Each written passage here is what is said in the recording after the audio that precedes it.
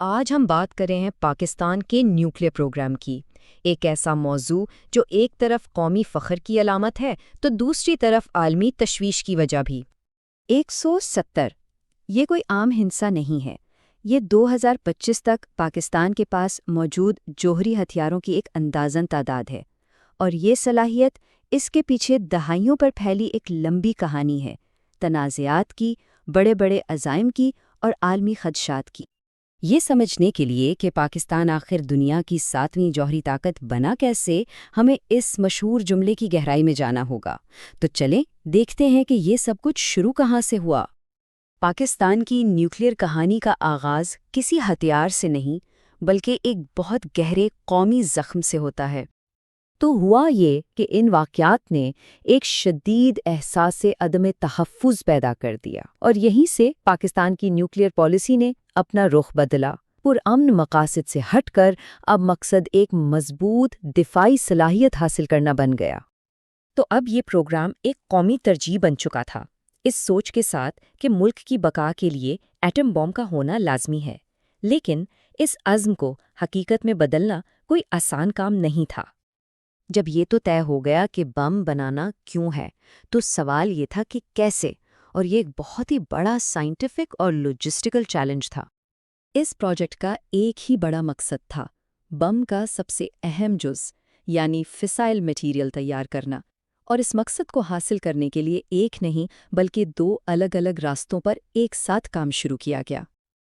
اب یہ دوہری حکمت عملی بہت زبردست تھی، اس سے کامیابی کے امکانات بہت بڑھ گئے، کیونکہ ایک ہی وقت میں نیوکلیئر ہتھیار بنانے کے دونوں معلوم طریقوں پر کام ہو رہا تھا۔ اس پروگرام کی کامیابی کا سہرا اصل میں ان 3 اہم شخصیات کو جاتا ہے، جہاں بھٹو کا سیاسی عزم، منیر احمد خان کی سائنسی قیادت اور ڈاکٹر عبدالقدیر خان کی تکنیکی مہارت نے مل کر کام کیا۔ ان ٹیسٹس کو چاغی آئی اور چاغی آئی کا کوڈ نام دیا گیا۔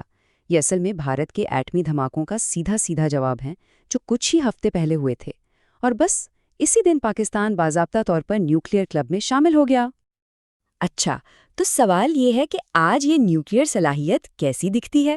تو جناب، یہ ایک کلاسک نیوکلیئر ٹرائیڈ کی شکل میں ہے، مطلب زمین، ہوا اور سمندر تینوں جگہوں سے ایٹمی حملہ کرنے کی صلاحیت، اور یہ ڈیزائن کی گئی ہے کسی بھی حملے کو روکنے اور اس کا بھرپور جواب دینے کے لیے۔ یہ سسٹم موبائل ہے، یعنی انہیں سڑکوں پر کہیں بھی لے جایا جا سکتا ہے۔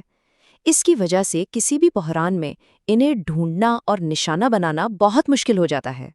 فضائی طاقت کا فائدہ یہ ہے کہ یہ بہت لچکدار اور تیز رفتار آپشن ہے۔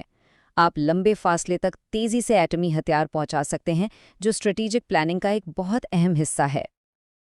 اور یہ چیز نیوکلیئر حکمت عملی کے سب سے بنیادی اصول کو بالکل واضح کرتی ہے، اس بات کو یقینی بنانا کہ اگر کوئی حملہ کرتا ہے تو اس کا جواب اتنا تباہ کن ہوگا کہ کوئی حملہ کرنے کا سوچے بھی نہ۔